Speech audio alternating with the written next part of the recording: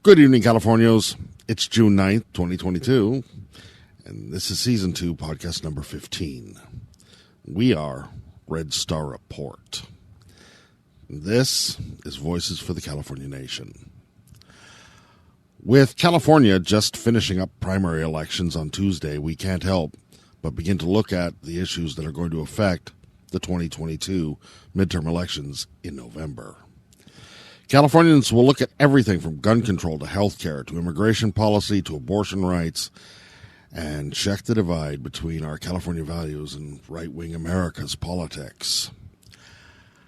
I can't help but actually go back to the one thing that everybody now admits is really going to be the thing that's going to affect election outcomes across the United States. That little Clinton-era quote that goes, "It's the economy, stupid." The latest internet poll shows that 2/3 of Americans don't believe inflation will improve by the November midterms. Joe Biden's White House released a statement this past week saying that inflation is the political problem from hell, an issue that history shows can end a presidency, but politicians have very little in their bag of tricks to do anything about. Because under American capitalism, it's corporate greed that's driving the supply and demand crisis. So, what does the White House do? Well, they went back to the old playbook, the usual. They cited low unemployment numbers, but everybody knows the jobs the U.S. gained have wages that aren't keeping up with the inflation rate. They talk about overall gains in the stock market, which, again, everybody knows is largely due to corporate greed in the form of stock buybacks and profit-taking. They try to assure the public that everything is okay by saying this past month the inflation rate is only about 8.4%. But most Californians, they read inflation as $6 an hour plus gasoline and prices on food that have almost doubled in the past year. Adding that to the misery of skyrocketing rents and housing prices made all the scarier by increases in general homelessness that nobody on the federal level has even the beginnings of a plan to deal with. So, even with apparent Democratic victories all across the board here in California, Democrats, particularly progressive Democrats across the United States, are preparing for a Republican bloodbath in November 2022. Setting the stage along with gerrymandering and voter suppression for the same Republican fascists and their corporate puppet masters whose lack of economic planning during the COVID pandemic are largely responsible for this inflation crisis to return to power permanently in 2024. So what does this mean for the California independence movement? It means we need to look at history and historical outcomes to governments facing shortages, inflation, and then the ever-widening gulf between the haves and the have-nots.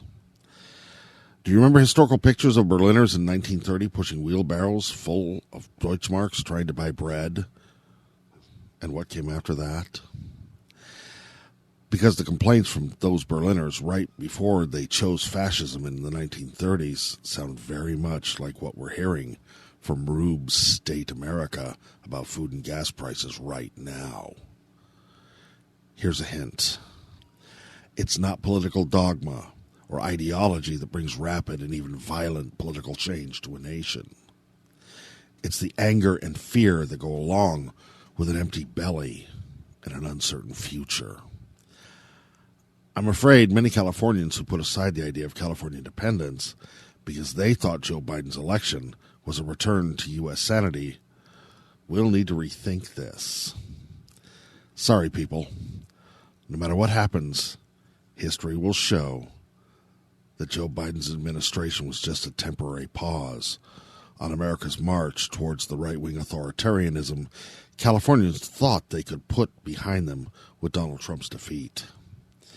In the end, if you're paying attention, you're going to find that American fascism and California independence are not only both inevitable, but are in fact two sides of the same coin. This is Voices for the California Nation.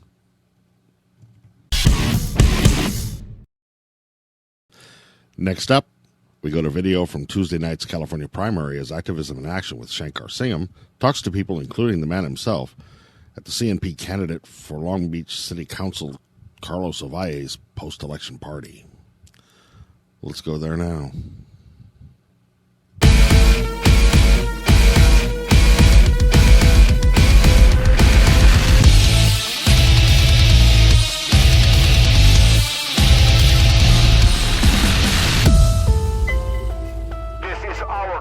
Folks, this is California. Hey, what's up, everybody? I'm here live in Long Beach at a nice restaurant here. I'm sitting outside at the moment.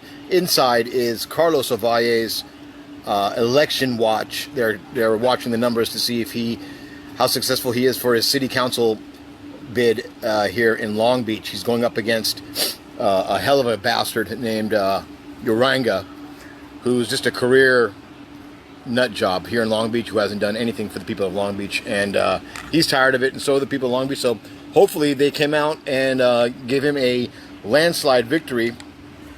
Okay, so real quick, I just want to get a couple things off our chest here. So yes, the United States is in imminent collapse right now.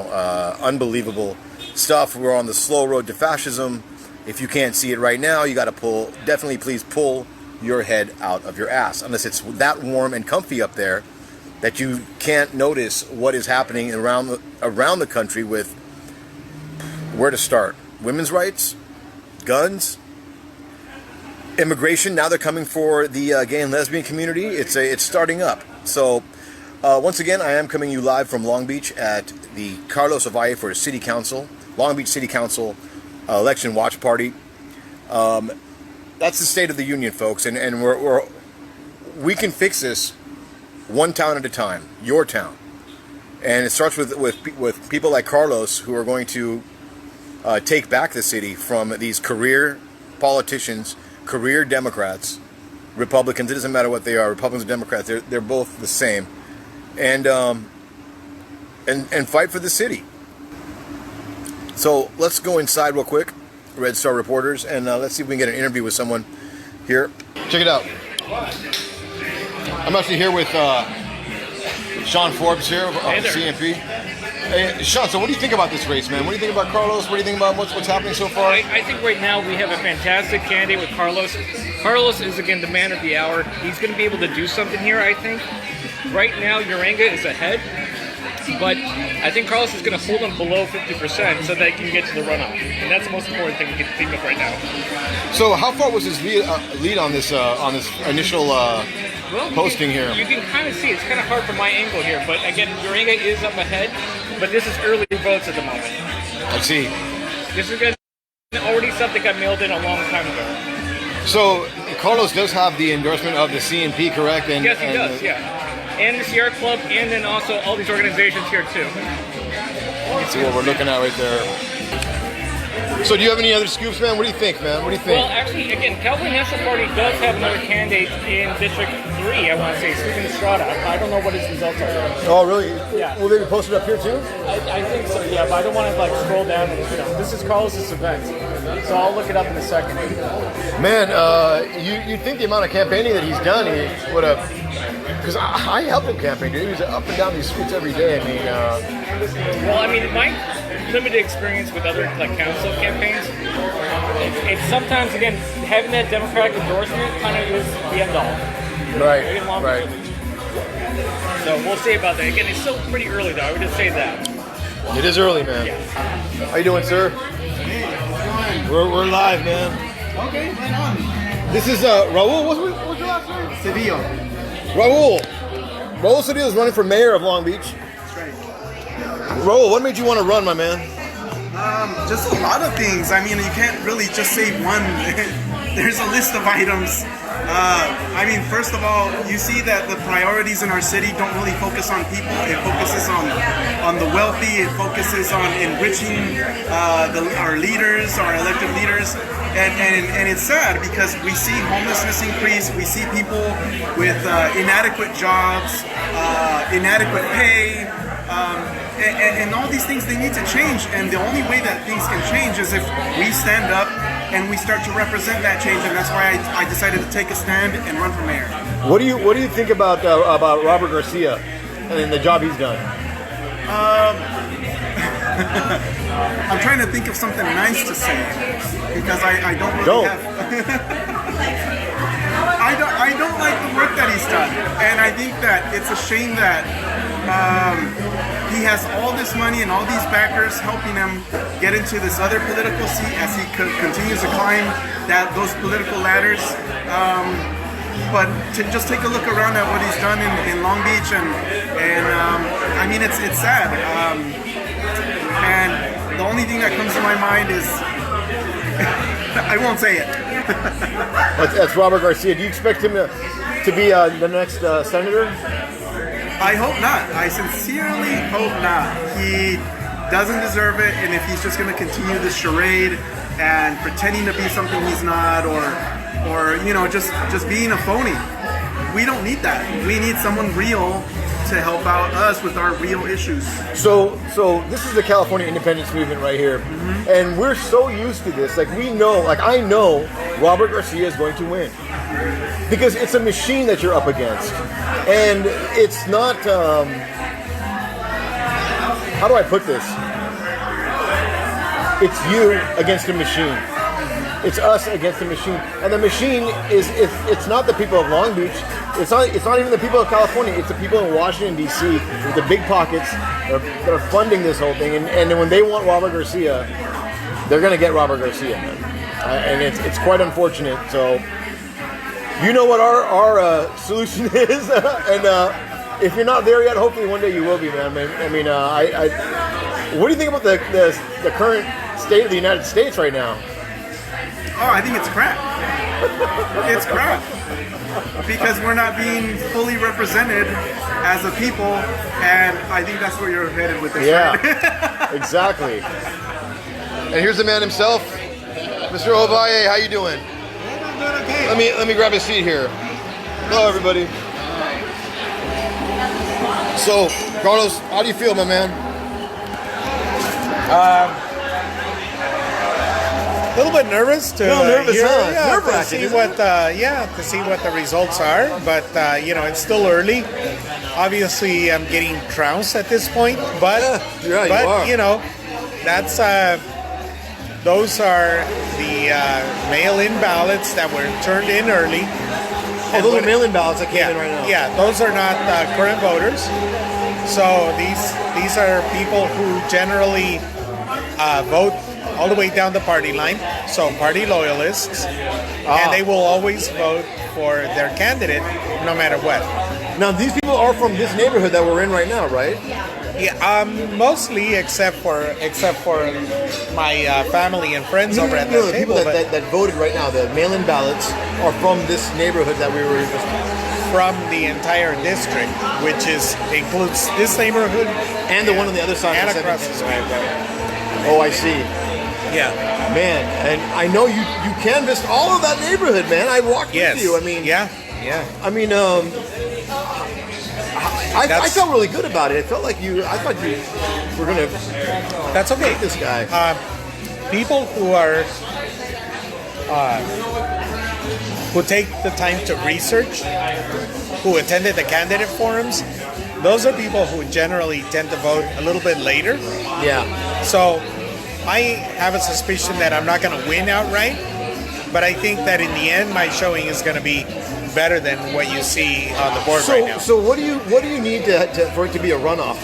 Right now, it's what they say. It's, of all the votes in, it's 64% Uranga and what was it? 25%. So to make it into the runoff, it has to be 50% plus one. If he doesn't earn 50% of the vote plus one, then it goes into a runoff. So at this point, it's if they were to stop counting right now, I haven't looked behind me in a few minutes, but it's probably a complete victory for Uranga. Right now already. The way it stands right now. But again, these are party loyalists that those are the votes that they're counting How many registered voters are there in your district?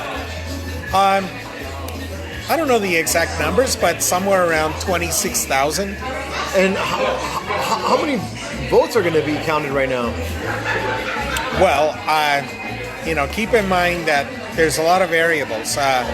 So what we're seeing right now is those early mail-in ballots. I haven't looked at the precise number. I don't want to look at it right now, but right now the percentage isn't what counts. It's the total number that counts.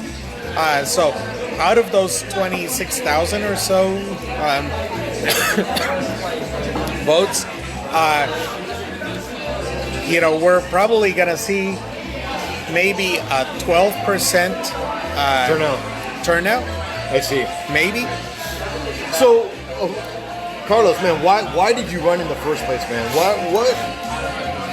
How is Uranga fucking this whole thing up, dude? Like, why did you run? Well, the devil made me do it. You gotta love that guy, though. You know, sometimes he doesn't. It's a good thing. Well, I did it. It's a dirty job, but somebody has to do it. And this area of Long Beach is completely forgotten. Yeah. We so some are little things, some are big things. Not too long ago, couple of weeks ago, the Department of Public Works issued a list of streets that are going to get repaved. We have some of the worst streets in all of Long Beach. 0 streets are going to get paved here. I mean, wow. Some of these streets are just in horrible condition. And for none of those streets to be here, none of the paving project that covers this area is horrible. It points to the inequity that this side of Long Beach suffers. So, we have the worst streets in the city. We have the worst air quality in the city. We have the highest incidence of cancer and asthma and neurological disorders. We have some of the highest crime in the city. We have the highest infant mortality in the city. We have the shortest lifespan in the city. So, yeah, that's why I'm running. Because it needs to end. There was an effort by the ports to use hydrogen fuel cell truck. Did you hear about that? Yeah. So they've looked into that. They have looked into using electric trucks. They're building a massive charging station right now, in fact, for the trucks. Yeah. The problem is, it all comes down to cost. And the port is charging what they call a TEU fee. A TEU fee is a basic cargo container, which is a 20-foot container. The port moves about 9 million of those every year. It's a lot. And the city wants to charge the shipping companies $10. So you do the math. $10 times 90 million. Yeah. It seems like a lot of money, but it isn't. Given the number of trucks, given where we are in terms of technology, we could do a lot better. The fee was actually started out at $20 per TEU fee, but the shippers complained because it would add, a couple of cents per whatever. And he caved. And they caved. The city council caved. What those of us who are activists, environmental activists in this area, were actually shooting for $100 or even $200 per that sounds TUV. about right. So that would allow Close to $1 billion. a conversion of all those trucks, like almost immediately. The technology is there. Oh, they're not. I thought they If- were already in the process of doing it. Slowly, though. Very slowly. By 2035. Oh. By 2035. What that means is that a child born today will have their lungs permanently damaged or their neurological system permanently affected by the time that change happens. That's intolerable. That is putting kids' lives, they're being sentenced to an early death.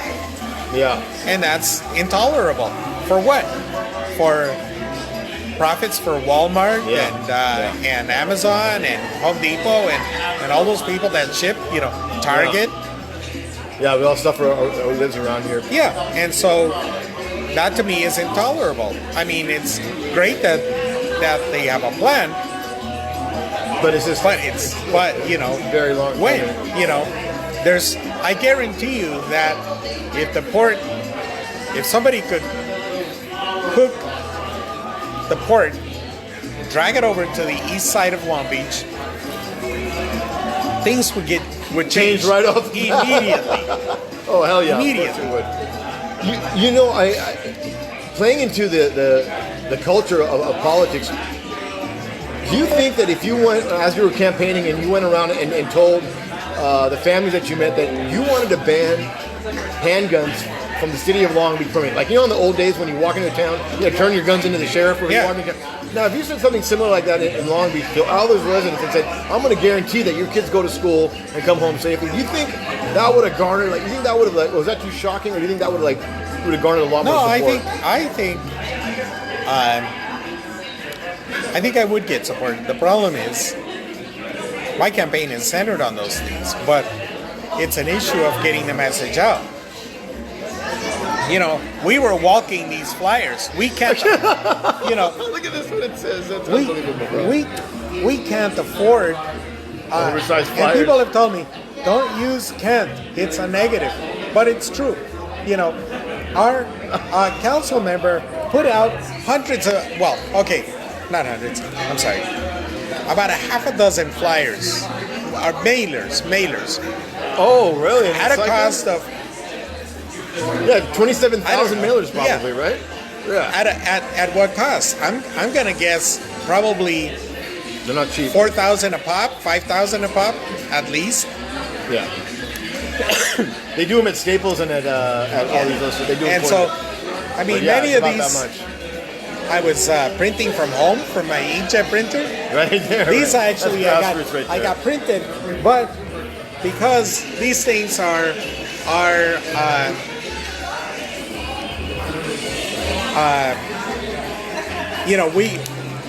I couldn't afford to have them folded, so I folded. You did a great job, man. Thousands myself. Oh my God, your hands must be. And you must got it. I can't afford a graphic designer, so I designed it myself. I can't afford to pay a translator, so I translated it myself.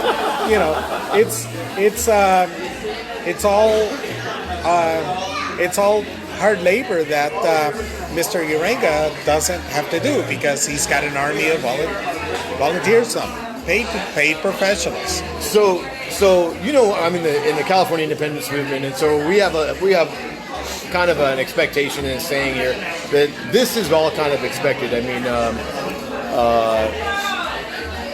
that's an establishment Democrat. You're up against a giant machine.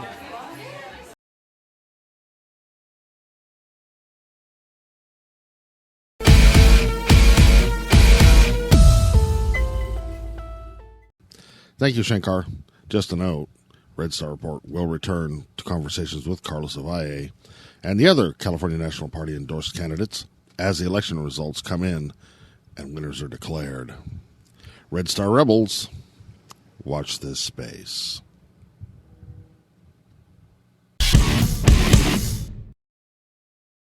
Okay, On last week's Talking Point segment, I spoke about the toxicity level of the organization, YesCaliornia, and how that Russian asset group's existence have and will continue to harm the real grassroots California independence movement. As an example of that, I mentioned segments aired in 2017 on the Rachel Maddow show on MSNBC. I talked about how she was able to use YesCaliornia to paint everything about Cal exit and the California independence movement as nothing more than a Russian intelligence scheme to destroy America. An accusation the California independence movement still gets dismissed with today. So just in case you need a little reminder of what that looks like, Red Star Report presents a little snippet of that MSNBC video segment just to jog memories and give those who never had a taste of why this remains a problem for the California independence movement today. Enjoy.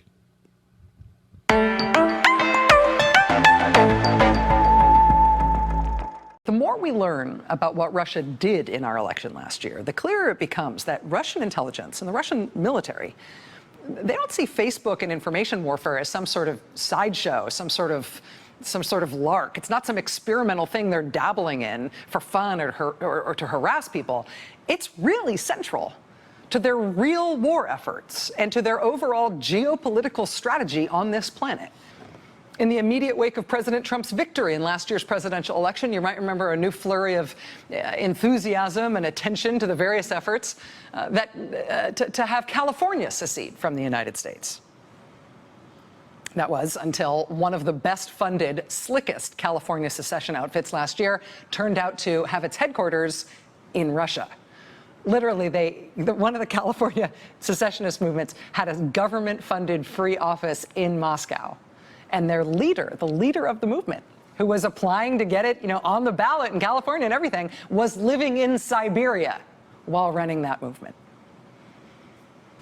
Alongside Russia's efforts to promote outright secession, though, as we learn more about what Russia did in our own election last year, particularly online and on Facebook, you can see the same concerted Russian effort underway. Not to literally break our country apart as a geopolitical unit, but to break our population apart, to get the American people at each other's throats.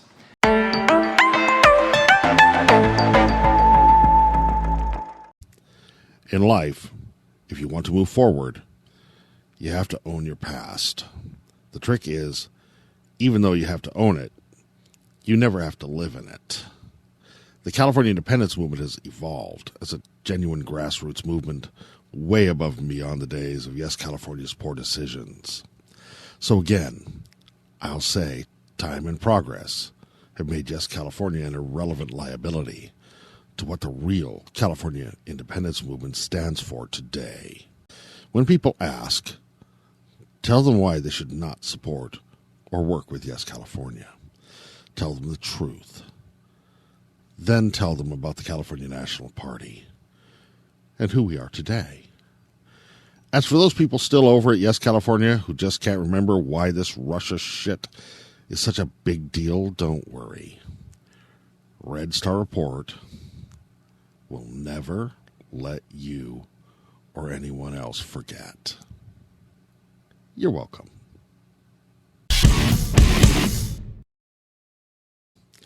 In a last-minute addition to Red Star Report, we go to Red Star Rising with Matt Owen as he comes to us earlier today from the People Summit for Democracy in Los Angeles. Let's go over and see what Matt has to say.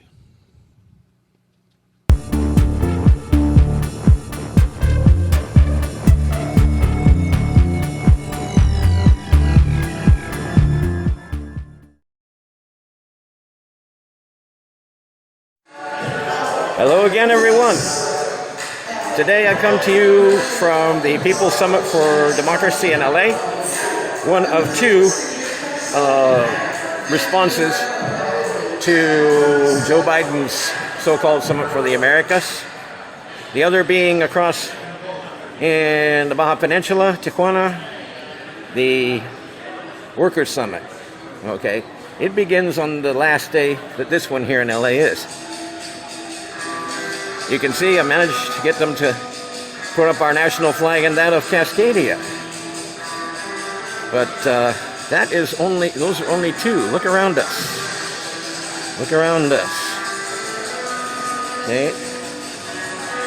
There's Argentina, for example. And here is another country without a state like us, Palestine, undergoing horrors that we can only imagine. So, we have a much more inclusive summit, the People's Summit, and then the Workers' Summit in Tijuana than Joe Biden could ever conceive of. Which brings us to the following point. A crucial transition in any revolution is construction of a dual power, challenging the existing powers. You're looking at it, folks. With these two summits, the status of California as sovereign is vouchsafed. With these two summits, dual power is being constructed, as predicted by our paisanos in Baja, right here in Los Angeles, is establishing itself as California's national capital, beholden neither to the U.S. nor to the settler colonial regime that carried out genocide from Sacramento. Bienvenido a la revolución. Viva Gran California Libre.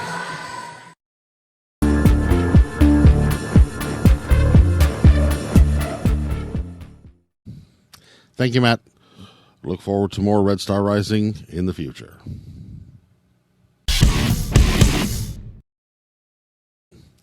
For our final segment, we'll add some global perspective as Red Star Report presents part one of our latest installment of Book Review California with Sue Hirsch.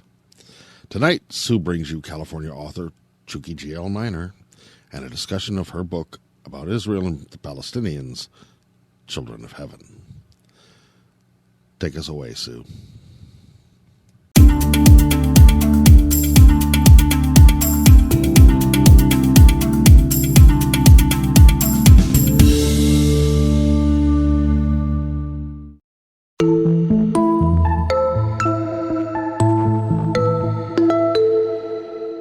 Thank you, Hal. Hey, everybody. This is Book Review California for RSR Reports, and I'm Sue Hirsch.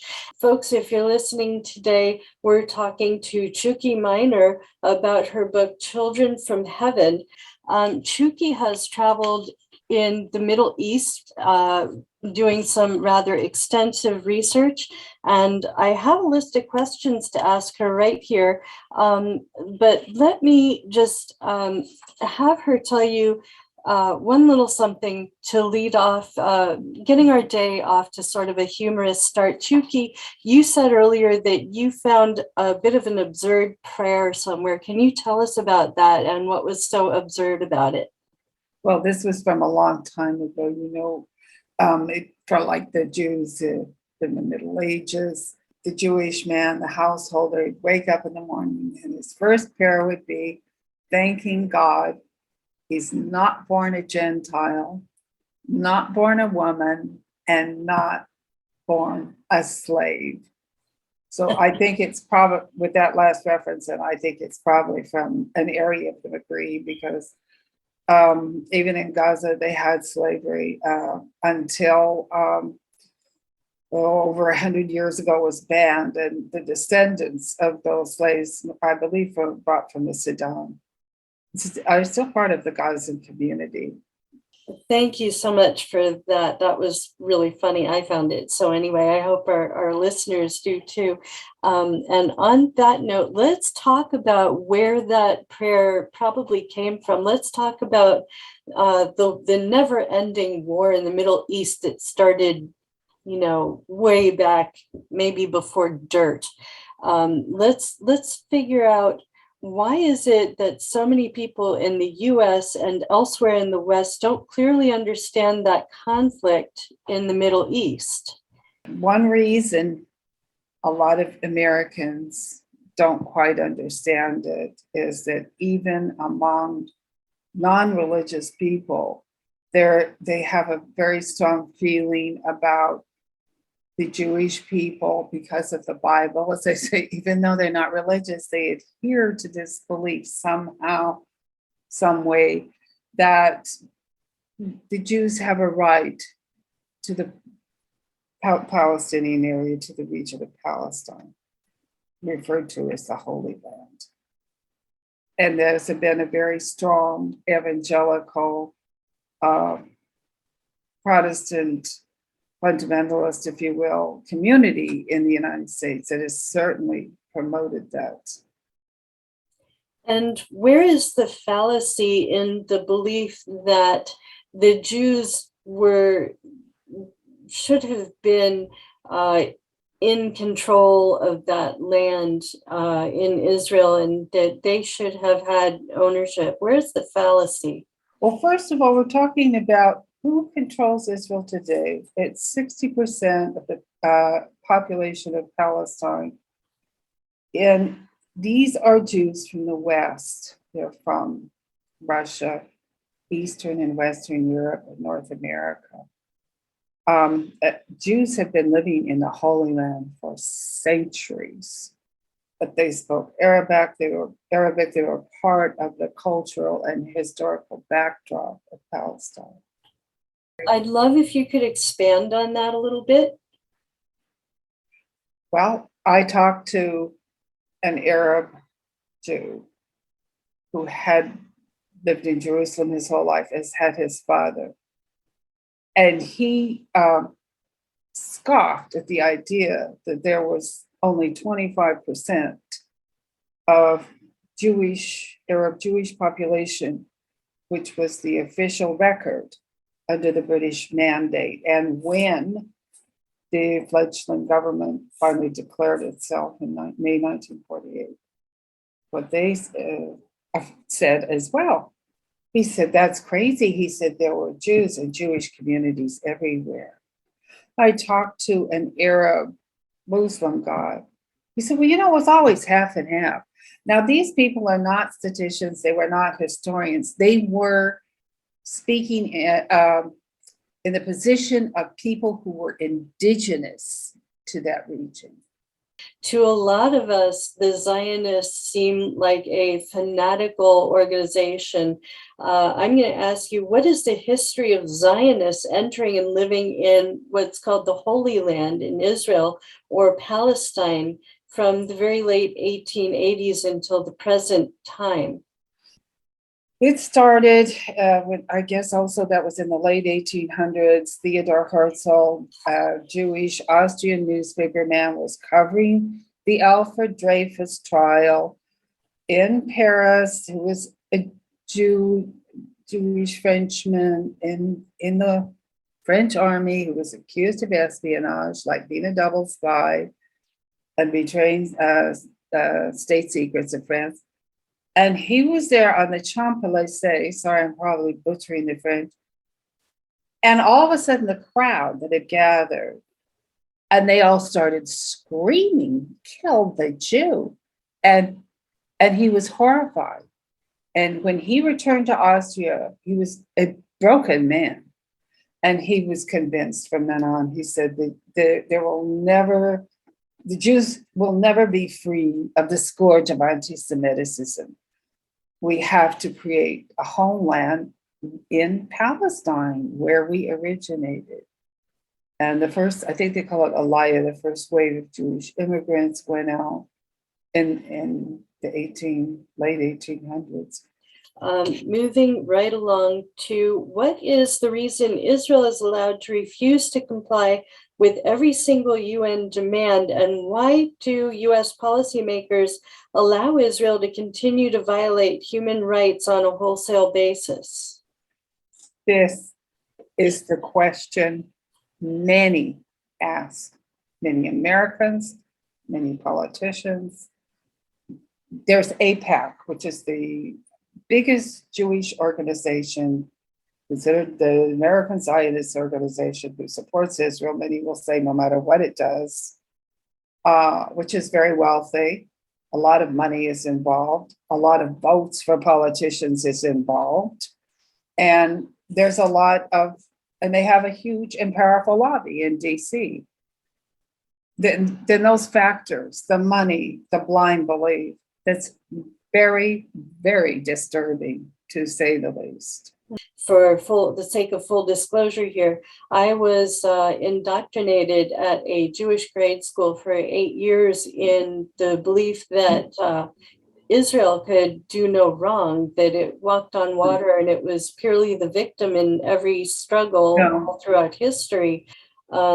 So my next question for you was, what is the reason for allowing Israel, for example, to destroy Palestinian homes, speaking of homes, by rewriting and creating new zoning laws where Arab families have been living for centuries?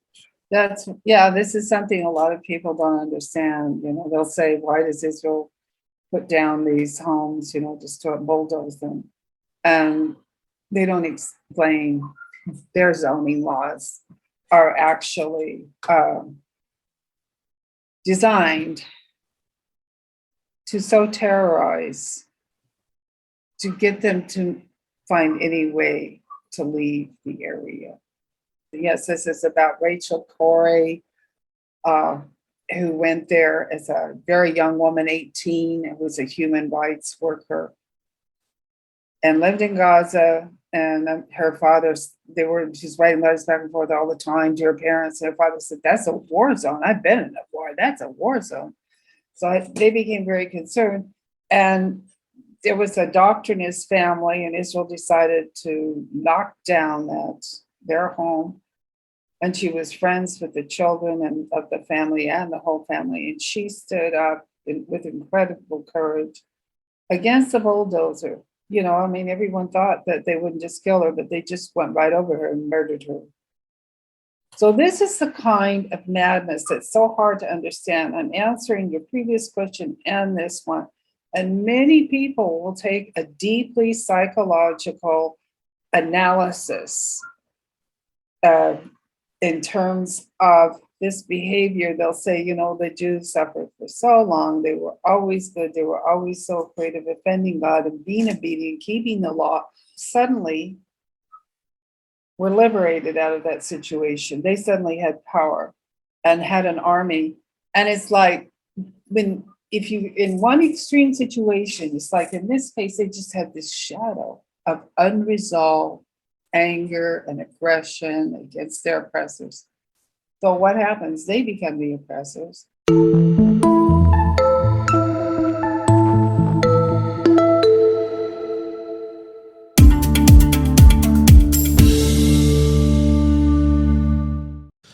Thank you, Sue. Part 2 of this interview with Tchouki GL Minor about her book, Children of Heaven, will air next week. As Red Star Report brings you another segment of Book Review California with Sue Hirsch. To find your copy of Children of Heaven by Tchouki GL Minor, Red Star Report will list the Amazon link in the description below.